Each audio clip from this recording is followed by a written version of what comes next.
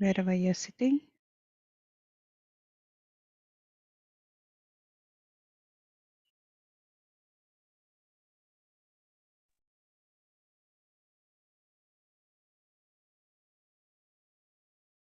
Making sure that each and every part of our body is as relaxed and as comfortable as possible. Simply clasp your hands, fingers into fingers, cross your legs, gently close your eyes.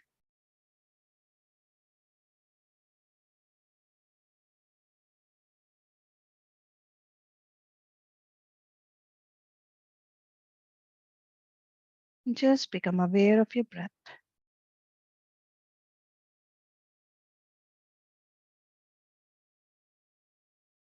aware of your natural, normal, simple, tender, and tranquil breath.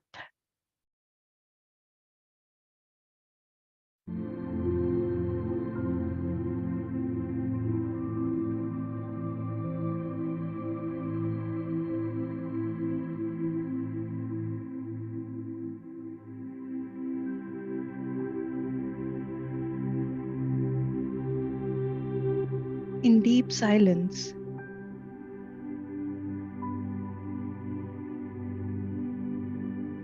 we will find all the answers to our questions.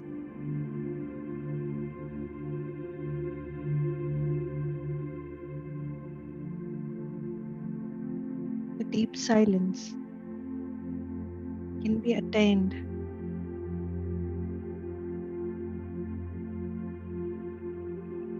when there is no traffic of thoughts, when everything is still.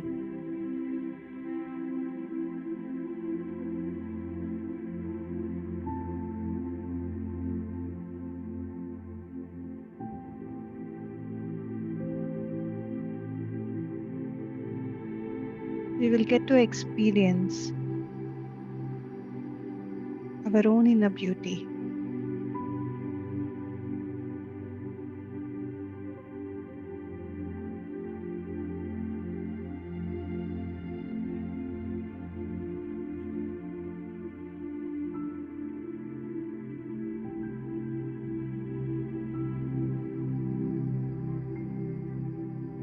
So let us all be with our breath.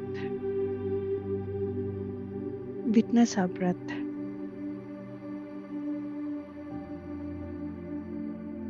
How it is going in and how it is coming out. It is beautifully and gracefully doing its work.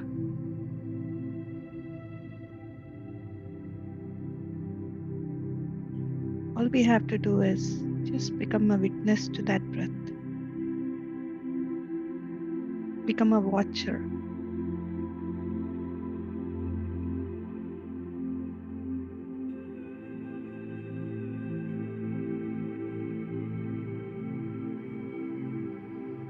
Watching a placid lake. Watching a sunset. How we drop ourselves. How our thoughts cease to exist. The same manner,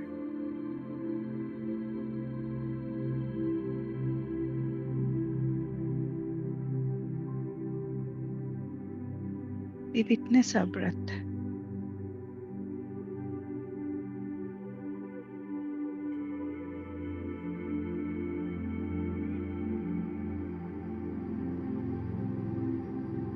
We are watching what is happening with us all the time.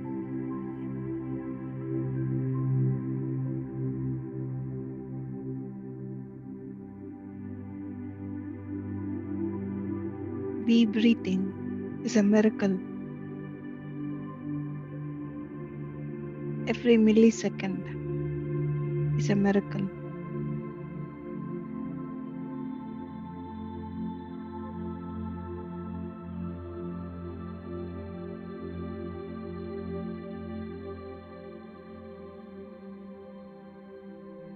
Our entire being is a miracle. is a wonder, like the beautiful sunset, like a calm lake.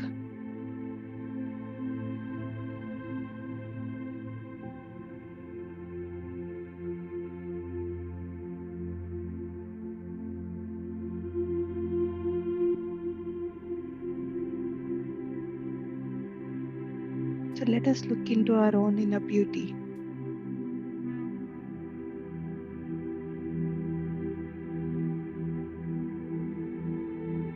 by silencing our mind, by silencing our speech, by silencing our actions.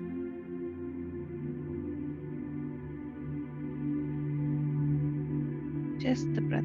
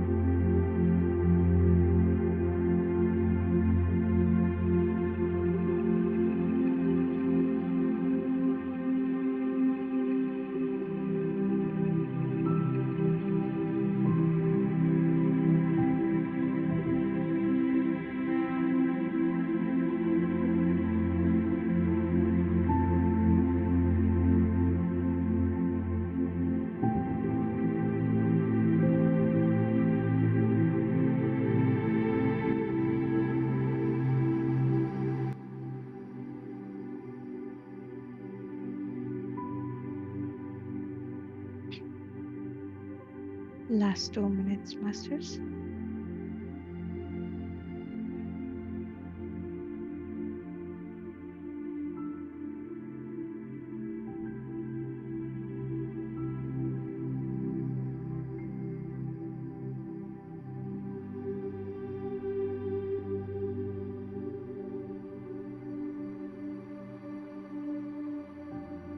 Last 1 minute.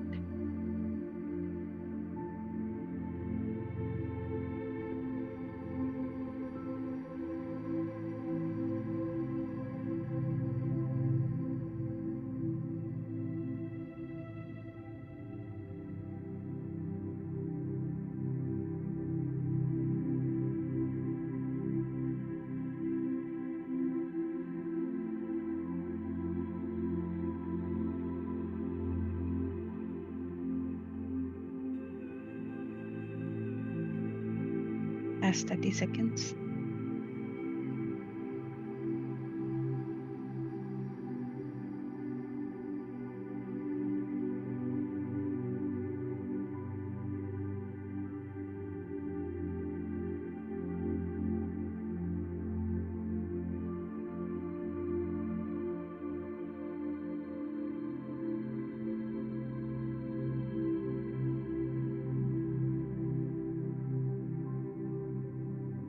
Last 10 seconds.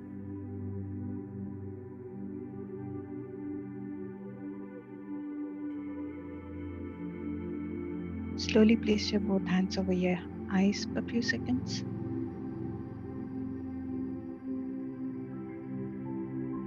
And whenever you're ready, you may remove your hands and slowly open your eyes.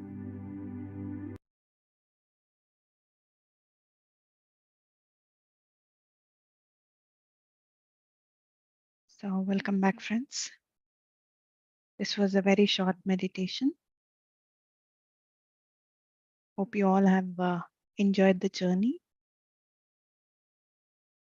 So, friends, as a part of Gurus of India series, we are here with again another wonderful master, a perfect master. His name is Meher Baba. So, those who wants to close their eyes and listen, you can just go ahead do that. So, Meher Baba was born in India to Iranian parents in the year 1894. At the age of 19, he met the perfect master, Babajan. She caused him to realize his godhood. Over the next few years, he contacted 4 additional spiritual masters, whom, along with Babajan, he called the perfect masters. He spent 7 years in spiritual training with one of them, Upasni Maharaj, before commencing his public work. From the year 1925, Meher Baba maintained silence and communicated by means of an alphabet board or by unique hand gestures. In the year 1931, he made the first of many visits to the West, gathering many followers. From the year 1940, he worked with an enigmatic type of people who were advanced souls, which he termed as mast. In the year 1962, he invited his Western followers to India for a mass darshan called the East-West Gathering. Despite deteriorating health, he continued his universal work, which included fasting, seclusion, and meditation.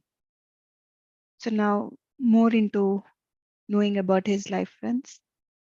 When he was born, they called him Marwan. His other name, Meher Baba, came many years later.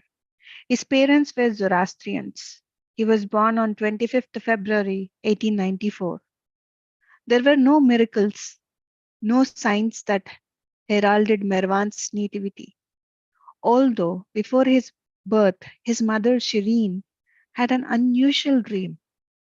She had dreamt of being led into a wide open area where she was surrounded by a large number of alien faces, a multitude that extended on all sides to the horizon. The faces stared at her steadily and expectantly till she woke up and narrated the dream to those around her. The dream was interpreted as symbolizing the birth of one who would be loved and esteemed by large multitudes.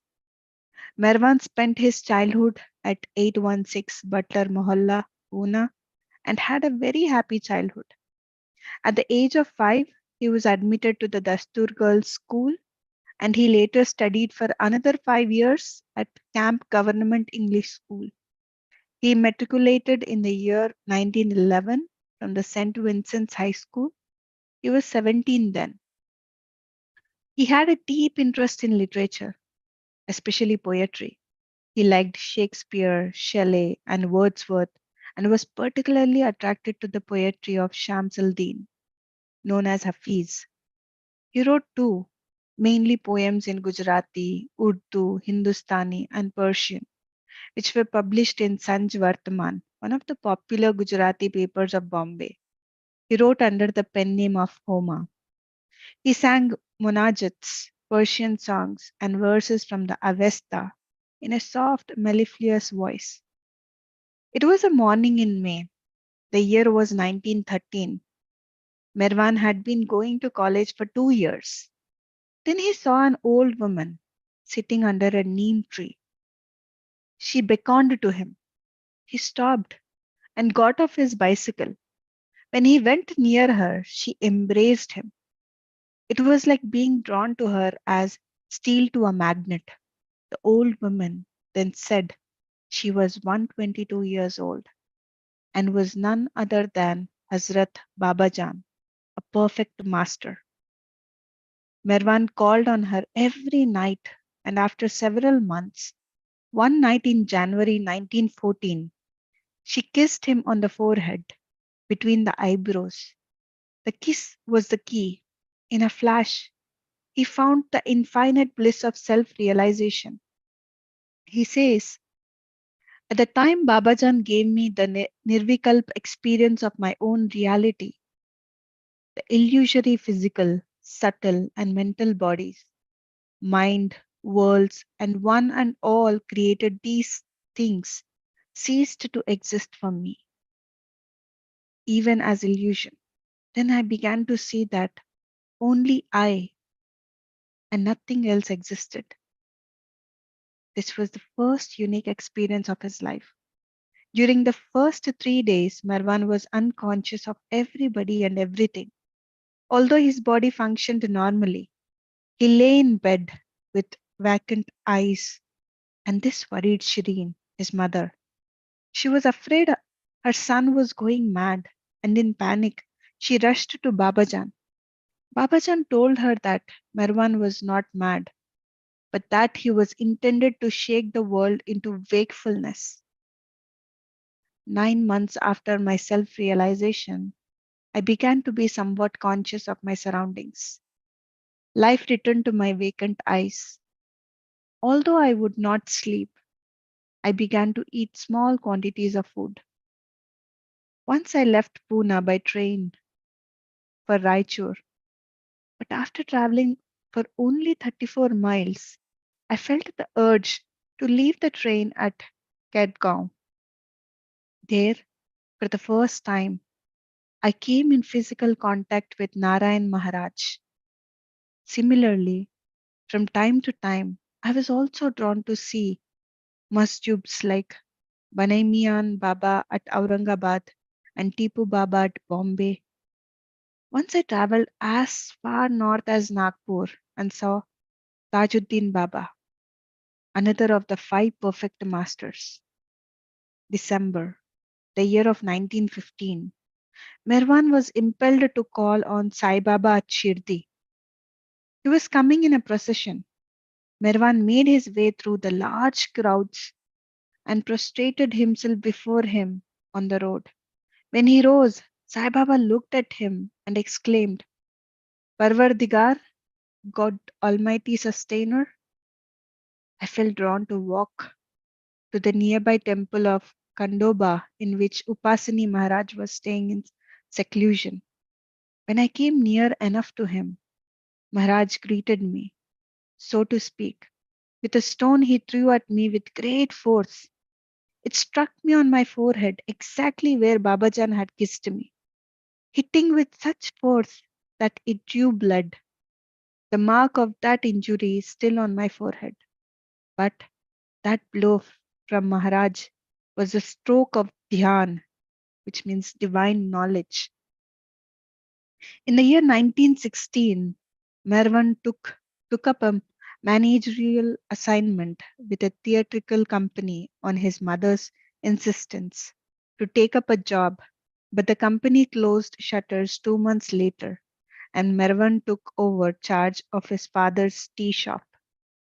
Mervan suffered intense spiritual agony and had a compulsive desire to do lowly work. He opened up a toddy shop in partnership with Bua Sahib, his friend, and later on his disciple. Mirvan worked for nearly 18 hours each day in the toddy shop, where he cleaned bottles, served customers, and even swept the floor. That was the beginning of my present infinite suffering in illusion, which I experienced simultaneously with my infinite bliss in reality.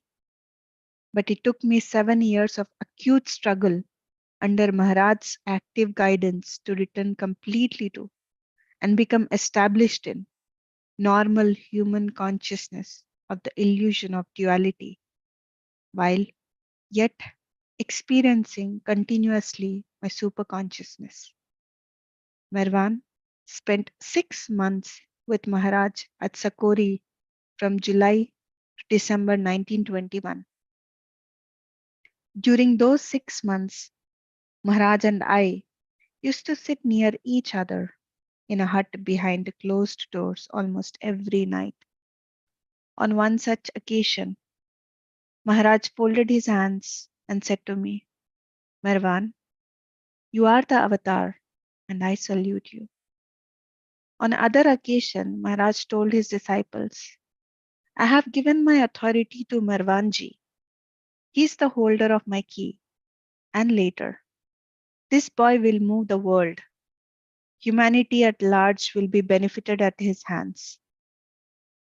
In the year 1922, Mervan was 28.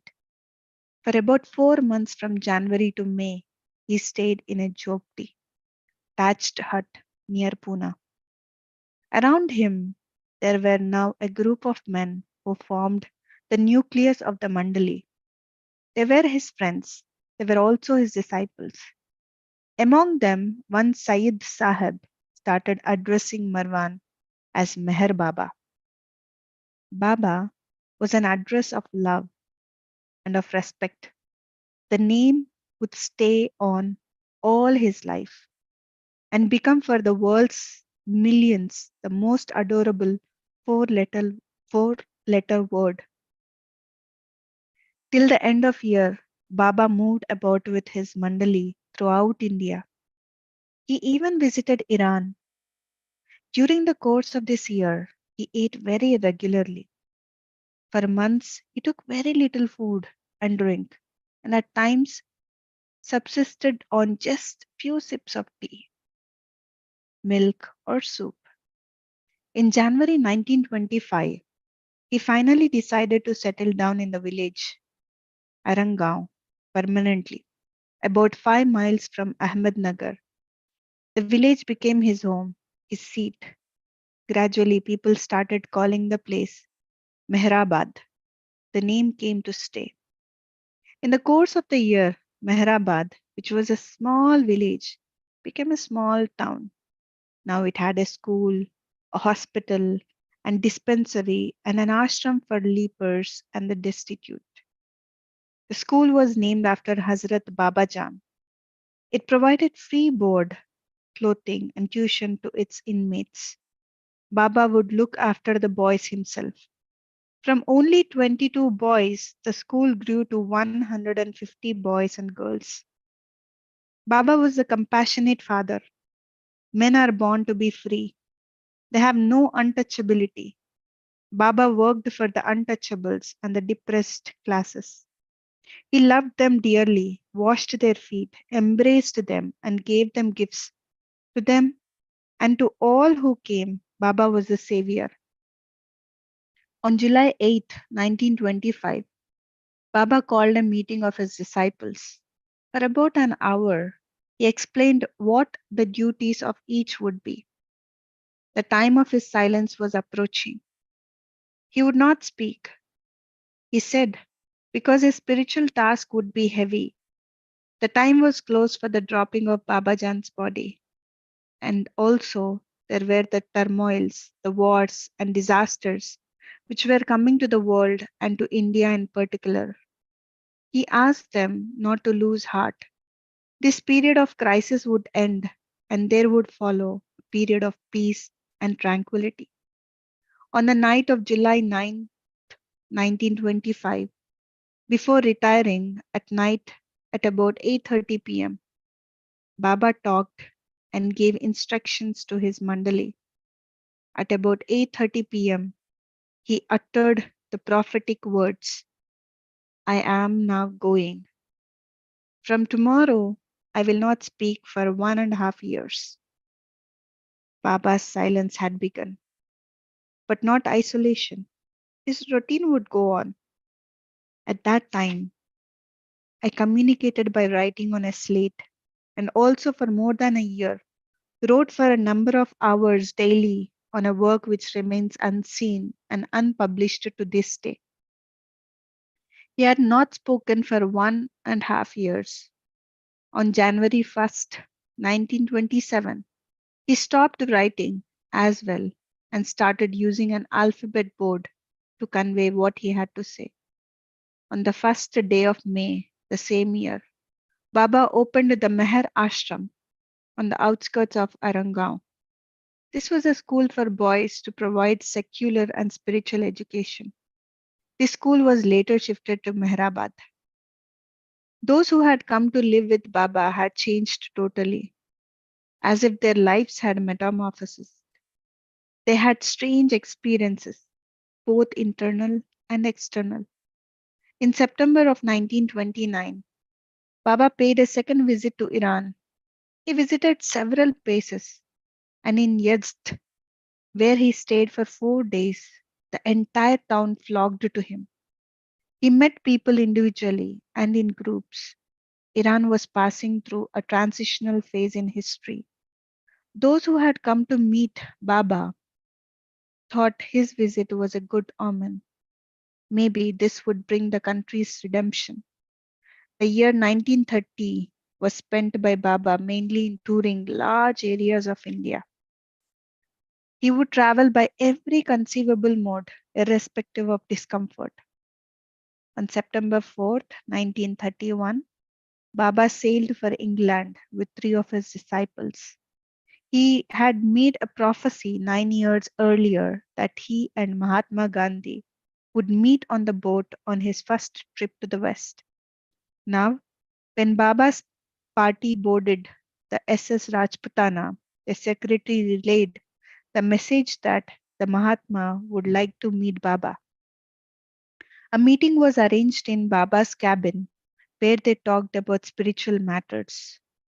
During the voyage, Gandhi read a chapter on creation from Baba's hitherto unpublished book. Gandhi was most impressed by what he read.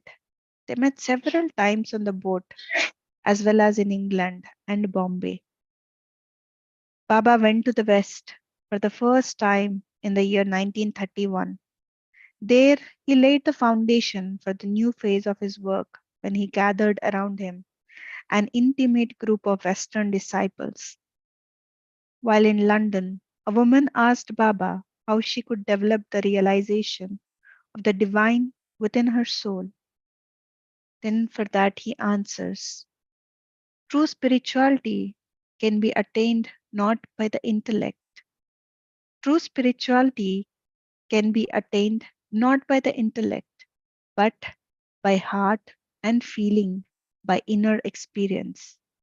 I might explain for hours, but that would be as nothing compared to 1 second of my internal help. Do one thing every night, just before retiring. Think for a moment. The infinite God is within me. and I am part of the infinite. This will strengthen your inner contact with me. From England, Baba went to Constantinople, then to Milan and Genoa, from whence he sailed for New York.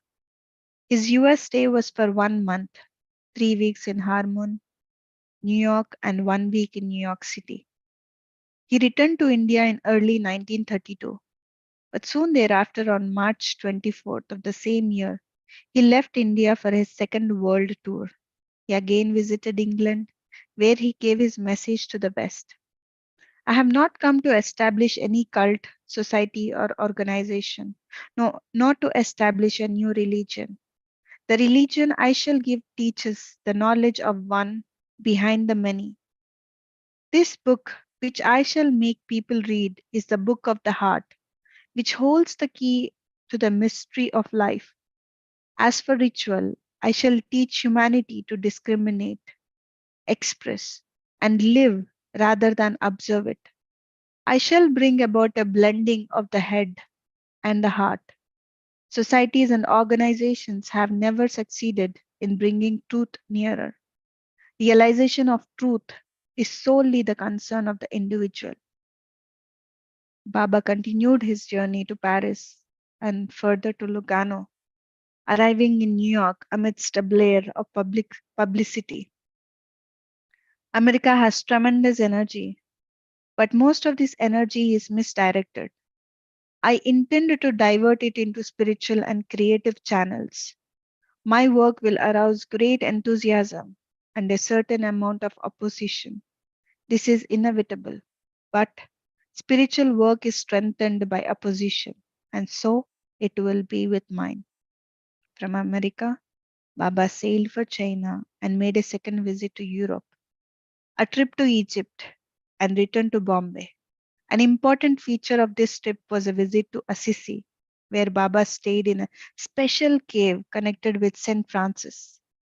Here he did his universal work in seclusion. November 1932, he sailed for Europe, and before his departure, he sent a beautiful message to India. India is a spiritual country. It possesses the most fortunate and unique position in the world, being the land of saints and spiritual masters since ages. Therefore, the spiritual atmosphere of India must be kept up even at the cost of being in bondage and materially unhappy. It is only after experiencing bondage and misery that the true value of freedom and happiness is really appreciated. The world will soon realize that neither cults, creeds, dogmas, religions, ceremonies, lectures, and sermons, on the one hand, nor on the other hand, ardent seeking for material welfare or physical pleasures can ever bring about real happiness, but that only selfless love and universal brotherhood can do it. His message to the West had taken roots. Now it was time for disciples to come and work and live with him. They would be the initiates. The new ashram at Nasik was ready now. Baba returned in the end of November. In December, over 20 disciples came from England and America. To the group that came, Baba indicated, every one of you has to help in my work according to your individual capacity, and the extent to which you will remain in the world will be determined by the kind of work which you are destined to perform. I want to read it again, friends. Every one of you has to help in my work according to your individual capacity, and the extent to which you will remain in the world will be determined by the kind of work which you are destined to perform. Now, spiritual significance of the war, March 1942. War effort will be justified or stand condemned not by the results which it produces, but by the ends by which it is inspired. The world has to face this war and go through this ordeal of fire, even at the cost of irreparable damage and irredeemable suffering. It is a necessary evil. Humanity has to emerge out of this dreadful war with spiritual integrity, with hearts free from the poison of malice or revenge, with minds disburdened of the blows given or received, with souls unscathed by suffering and filled with the spirit of unconditional surrender to the divine will. In spite of this attendant evils, this war plays its part in my mission of helping humanity to fulfill the divine plan on earth and to inherit the coming era of truth and love, of peace and universal brotherhood, of spiritual understanding and unbounded creativity. A great part of 1945 was spent in Hyderabad, where Baba contacted a large number of Mas. One such important contact made in the summer of that year. The spiritual chargeman of Hyderabad is Syed Moinuddin, a mastube like mast of the sixth plane, and typically Jalali. He's a lame, elderly man who lives in a wood stall at the Fateh Gate in Hyderabad. Baba contacted a large number of spiritually advanced mast in the year 1946 who acknowledged Baba's spiritual greatness. Aguri Baba, a sixth plane mast of Simla, when contacted in August, spoke, pointing to Baba and addressing those around him. You will see what will come to pass, and one day you will know who he really is. When Baba contacted Azim Khan Baba on October 14, 1946, the Mast said, You are Allah, you have brought forth the creation, and once in 1,000 years you come down to see the play of what you have created. Once again, in August of 1947, Baba toured Hyderabad extensively, contacted a large number of important Mas, returned by the end of the same month, and went into seclusion in a cabin built on the summit of a small hill called Tembi near Mehrazad. In April 1952, Baba, with 5 men and 6 women members of his Mandali, visited America. He stayed at a Meher Spiritual Center in South Carolina, where two of his American disciples, Elizabeth and Norina, had established a retreat for him. The retreat covered a sprawling 500 acres. At the center, a big house was erected for him and his men companions, and a guest house for the women. A large cypress wood barn was used for meeting and interviews. At the various Sahavas gatherings which Baba gave, people came from many parts of the country, and Baba met them individually or in groups. On May 24th, while proceeding to Meher Mount Ujai, California, Baba and the woman Mandali were involved in a serious accident with an oncoming car. Baba was thrown out of the vehicle, his head bleeding and his left arm and left leg fractured.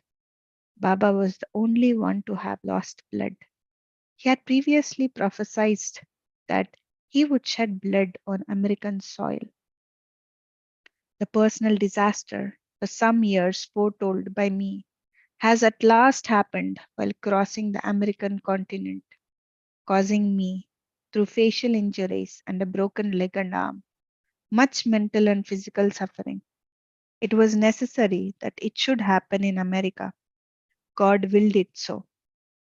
In January 1954, Baba visited Andhra Pradesh and later went to Madras, where he gave darshan to nearly 150,000 people. 150,000 people. At Vijayawada, Baba sat with the people and told them that he wanted them to feel that he was one of them, and that was why he was sitting with them on the ground. I am on the level of each one of you, whether poor, rich, small, big. I am like each of you, but I am approachable only to those who love me. On his birthday, which was celebrated at Tadepalligudem, Andhra Pradesh, he delivered his great message: I am never born, I never die, yet every moment I take birth and undergo death. The countless illusory births and deaths are necessary landmarks in the progression of man's consciousness to truth, a prelude to the real death and real birth. The real death is when one dies to self, and the real birth is when, dying to self, one is born in God to live forever his eternal life consciously. At Rajahmundry, Andhra Pradesh, Baba addressed a large gathering of his followers and Baba workers. The meeting was held on March 1st and it went on from 9 p.m. until 3 a.m. The following morning, Baba spoke to them about what he meant by doing real work for Baba. It has been possible through love for man to become God. And when God becomes man, it is due to his love for his beings. If people were to ask me, have you seen God? I would reply, what else is there to see? If they were to ask me, are you God? I would reply, who else I could be? If they were to ask me, are you Avatar? I would reply, why else have I taken this human form? The tour of South India ended at Kakinada on March 24th. Meher Baba invited men only from the east and the west for special meetings to be held on September 29th and 30th, 1954. Earlier on September 12th, Baba gave darshan to a great crowd of people in Ahmednagar. On this occasion, he said, not as a man to man, but as God to God, I bow down to you to save you the trouble of bowing down to me. Wow. I would like to read it again, friends.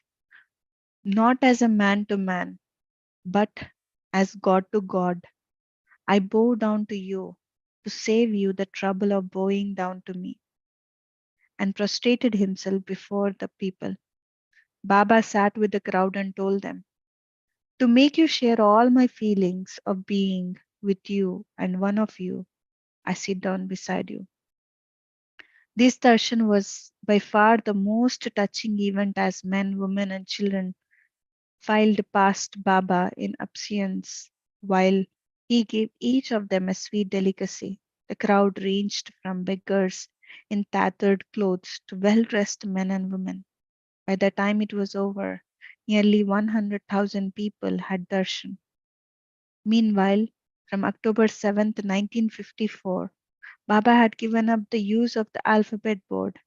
Now all communication was through finger signs and gestures. During November 1955, there was another Sahwas program where he explained to the people several points of spiritual interest. He particularly talked of his early days and his activities. Sahwas means intimate companionship. To establish this companionship, you should be free with me. Sahwas is the intimacy of give and take of love between the lovers and the beloved. There is no need to explain this give and take, but to create an atmosphere of explanations and discourses is to mar the dignity of love, which is established only in the closest intimacy. On the third day of the Sahwas, a middle aged man rose from the group and asked permission to recite some Sanskrit verses. Baba gave him permission and he recited the verses so lovingly that he could not contain himself.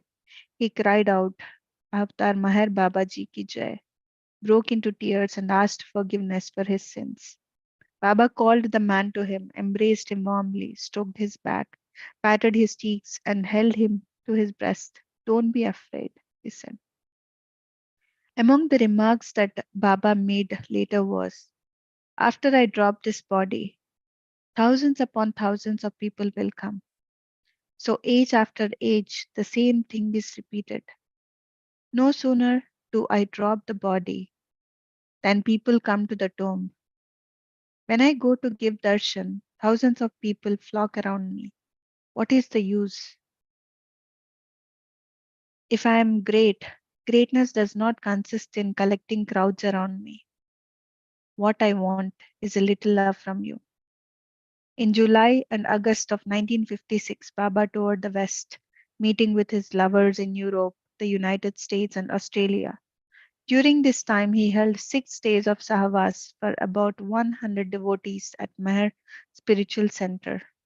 A few weeks before he left India for his trip to the West, Baba issued the following message. As declared in the past, I am free from promises and I am not bound by time and space.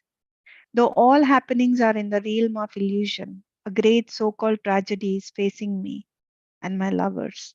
My long expected humiliation is near at hand. This may happen tomorrow or any day of this year, or it may happen next year. The love, courage, and faith of my lovers will be put to a severe test, not by me, but by divine law. Those who hold fast to me at the zenith of this crisis will transcend illusion and abide in reality.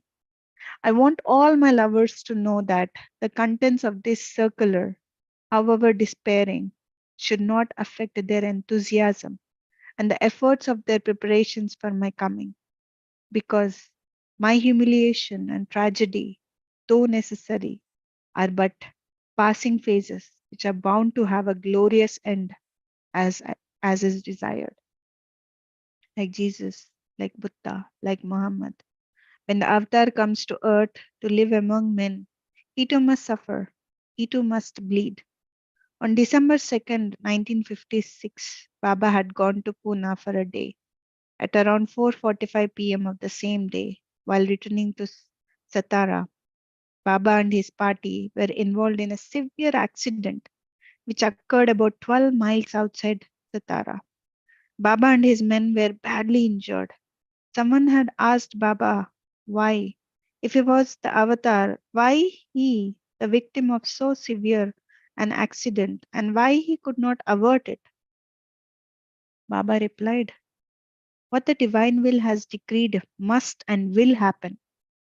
And if I am the divine personification, you believe me to be, then the last thing I would do is to avert or avoid it. People suffer for their karma, a few suffer for others. Perfect masters suffer for the universe. On February 12th and 15th, 1957, Baba touched the feet of 800 poor people at Mehrabad and gave each of them prasad of sweets and clothes. Soon afterwards, he visited Sakori and Pune, where he gave darshan to thousands of people who had assembled there. The strain was immense, often painful, and at times he had to move on crutches, and at times had to be carried in a chair. In the meantime, in September 1956, Meher Baba's book, God Speaks, was released in America. It outlined the theme of creation and its purpose. As to what it meant to readers, the words of Dr. W. Y. Evans Wentz stand out. No other teacher in our own time or in any known past time has so minutely analyzed consciousness as Meher Baba has in God Speaks. This enlightening treatise adds much to the sum total of learning and contributes incalculably to the enrichment of mankind. Baba once again went into seclusion, and on 36th anniversary of his silence on July 10th, he asked all those who love and obey him to observe complete silence for 24 hours.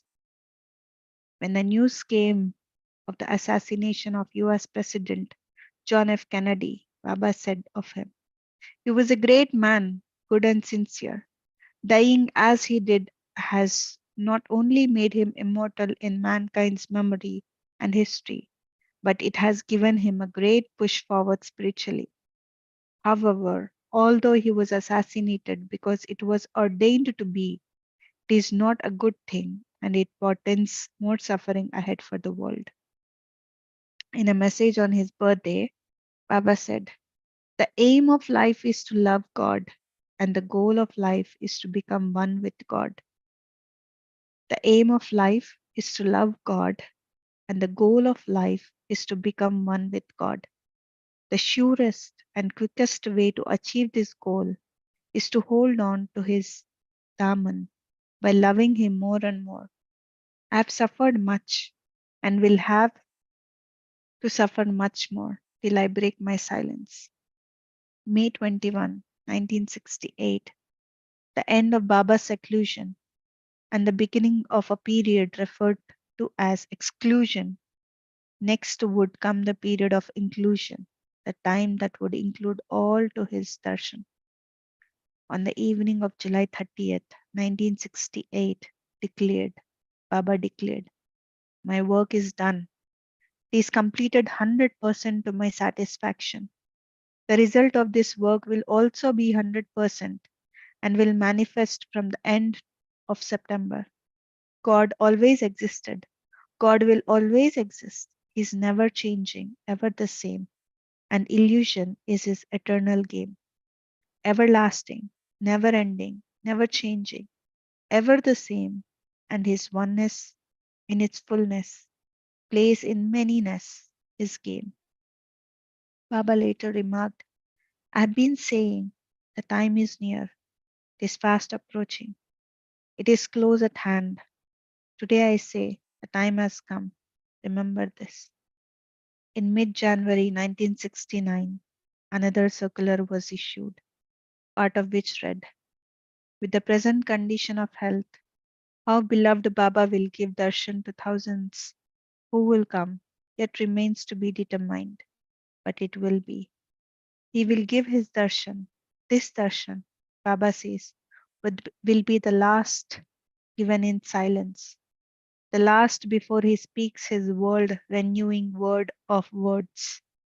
On January 30, 1969, Baba's body shook with severe spasm just before Dr. Grant left. Baba told him, my time has come. Surprisingly, Muhammad, the must living at Lower Mehrabad, uttered in a rambling lisp, tomorrow, January 31, Dada is coming here and is going to join Gustadji. In the early hours of Friday, January 31st, 1969, Baba instructed Aloba to bring a board at 10 in the morning from the Mandali hall to be kept in Baba's room. On the board, 3 couplets of the poet Hafiz were written. Befitting a fortunate slave, befitting a fortunate slave, carry out every command of the master without any question of why and what. About what you hear from the master, never say it is wrong, because, my dear, the fault lies in your own incapacity to understand him. I am the slave of the master who has released me from ignorance. Whatever my master does is of the highest to all concerned. 3 doctors, Dr. Briseman, Dr. Donkin, and Dr. Ginde, examined Baba's heart. Dr. Ginde checked Baba's eye reflexes. It was pronounced that life was extinct. The avatar had dropped his body on January 31st in the year 1969. So the source is from The Beloved, The Life and Work of Meher Baba by Noah Sherwin Anzar.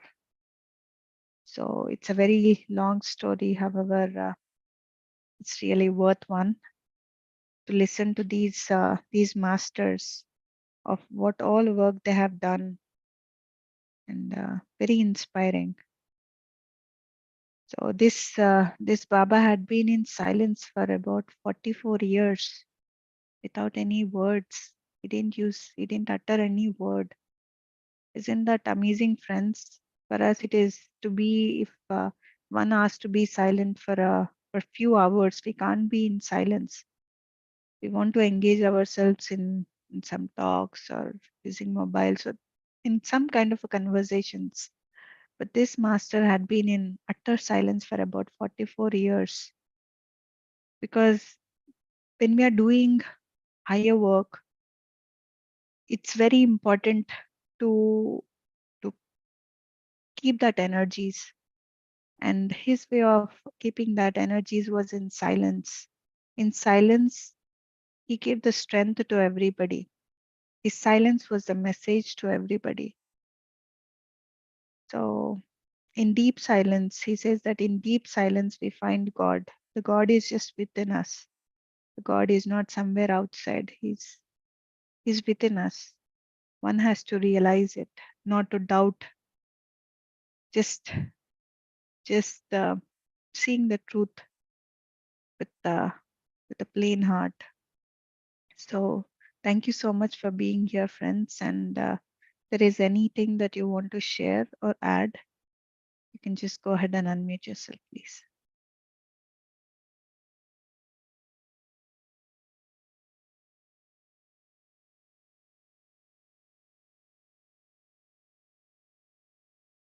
All right.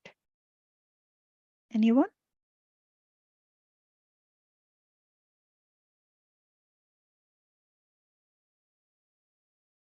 Thank you so much, Punita. Yes, yes, Dr. Lingeshwari ji. Sairam, I wanted to say that I was wondering when these masters, so many masters have come to help this world, but they go silent. When they go silent, we don't know what to do. I mean, 44 years of silence. I wonder how the people coped with that then, because there's no direction.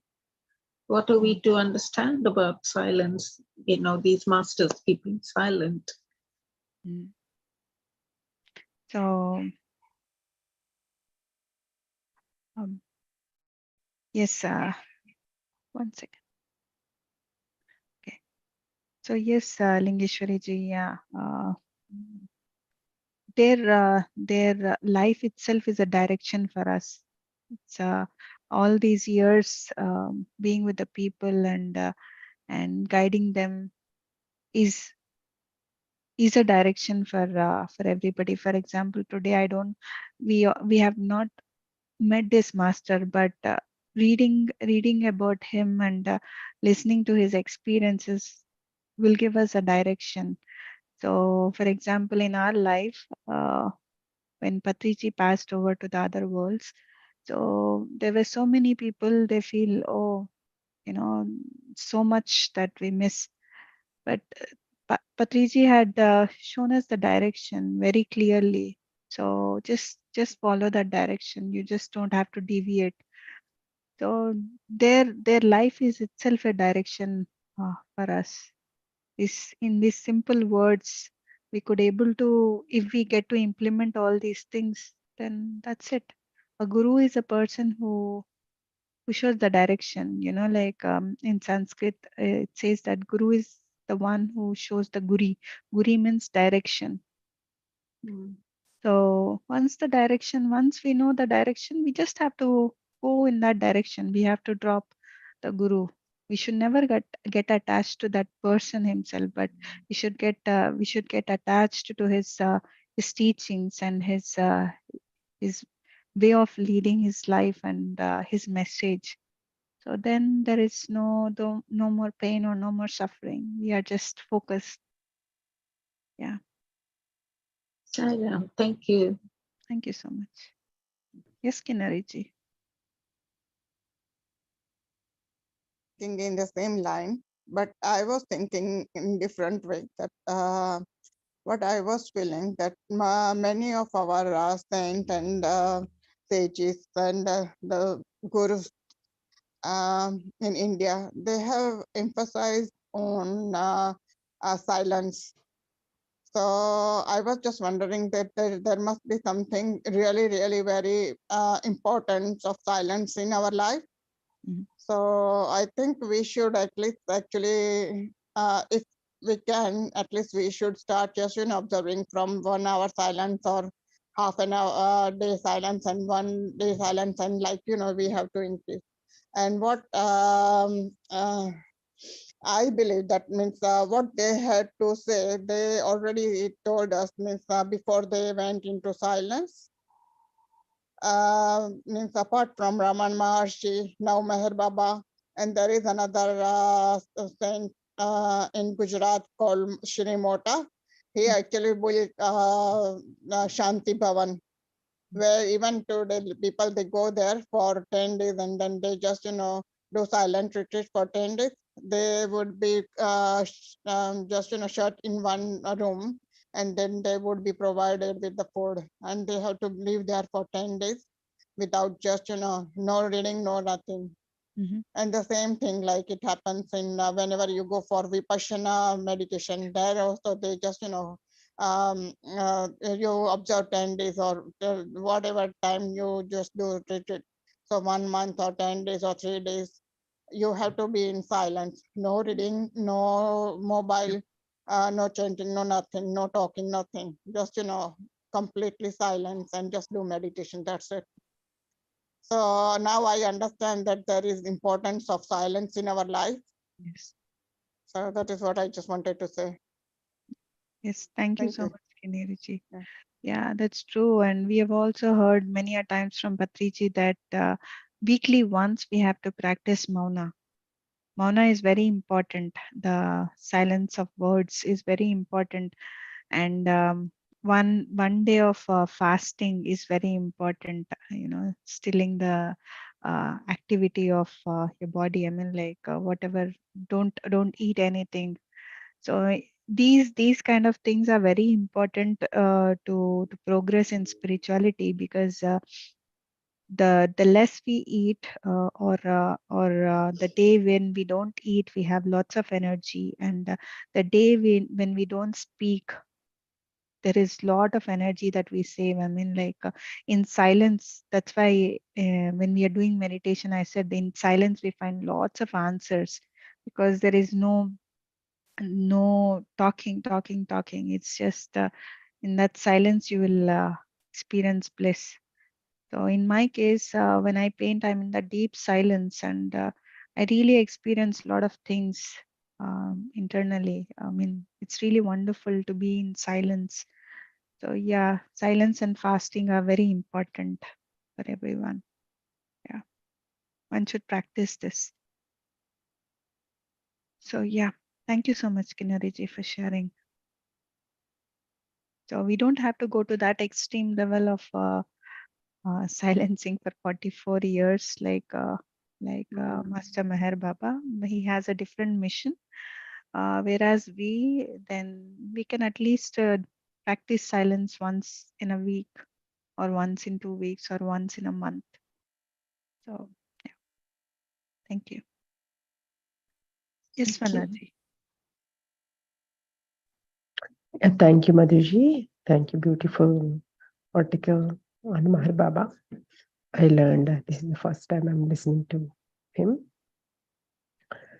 Yeah, this silence, even every day, I echo with what you and Kinariji has mentioned. Even in our day-to-day life, we don't need to talk much, and even answering also, we don't need to answer much. We just silence, or if it is needed, just a one word. Most of the time, you can just be quiet. That's what I notice. When we do that, we are saving a lot of energy. We don't drain our energy. Unnecessary talk. Unnecessary talk leads to the next step. Again, you think. So when we feel we don't need to answer, just keep quiet.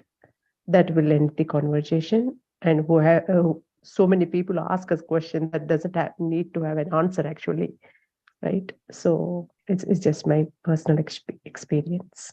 So yeah, just maintaining a day-to-day life makes you that much silence. And those bigger masters, definitely they have a bigger purpose, right? So that's why they go into silence, and for a universe, not for themselves, but just giving a vibrating energy to the universe silently every day by meditating. So that area, that whole universe gets calmer and gets more energized. That's why we don't maintain silence or give energy just for ourselves, but we are also part of universe. This will impact the whole universe, whatever we do. That's why we have to be very conscious, talking, thinking, inner talk, emotions, everything we have to be very, very careful, because all emotions are interlinked.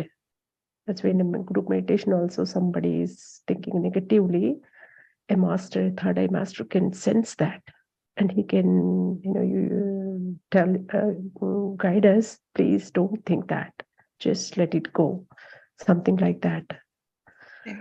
So that's powerful. These thoughts are called, we are all vibrations and energy beings. Yeah. Thank you, Madhuji. Thank you so much, Anaji.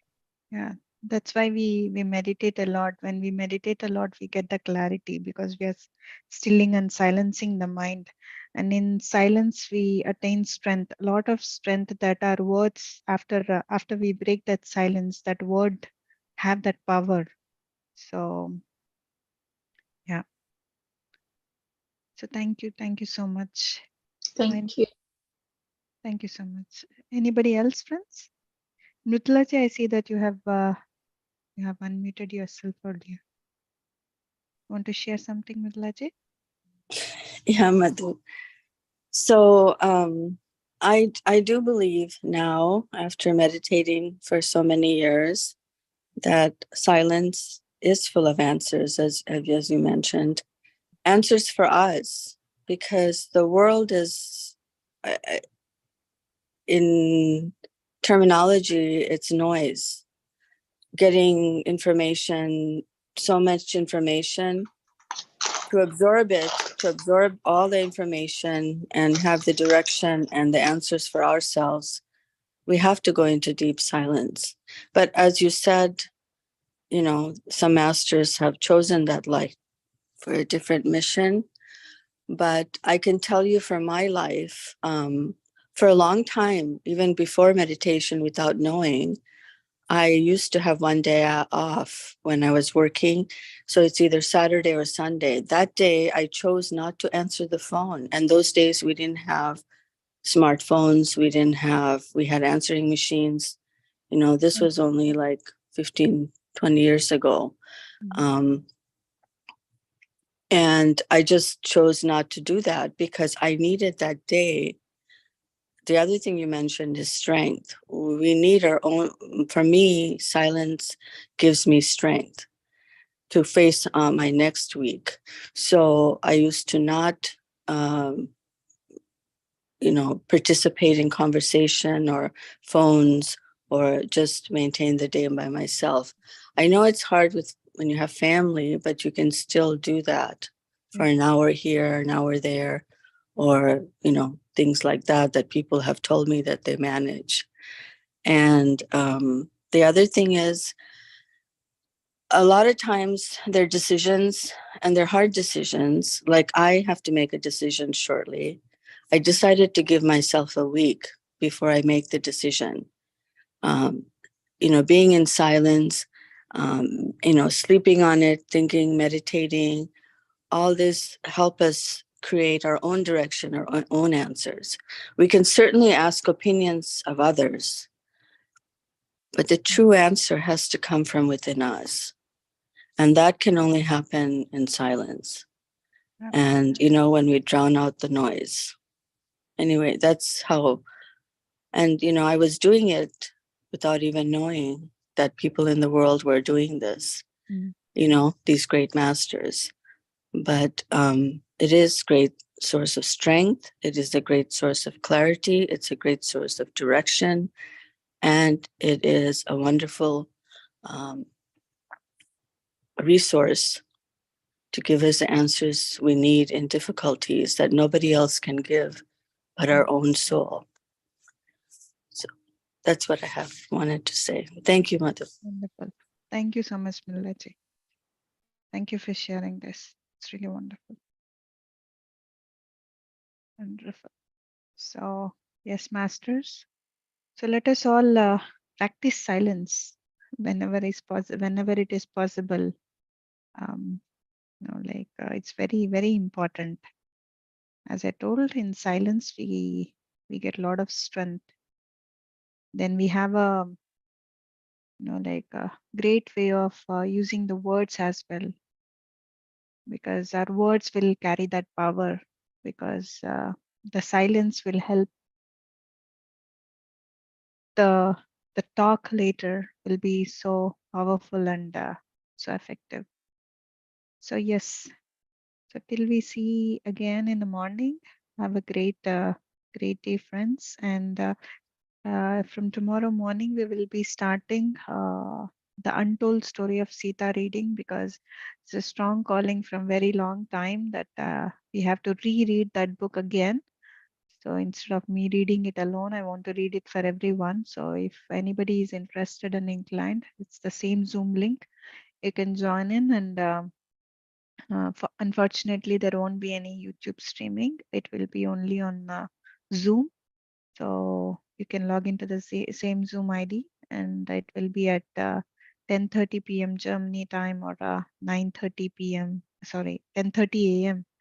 Germany time, and 9:30 a.m. UK time, and 3 p.m. India time. So it won't be convenient for the ones who are joining for US, but yeah. So we have found this time is very comfortable for very many others. So till we see each other again, friends, have a great day and a great evening. And namaste, namaste, bye.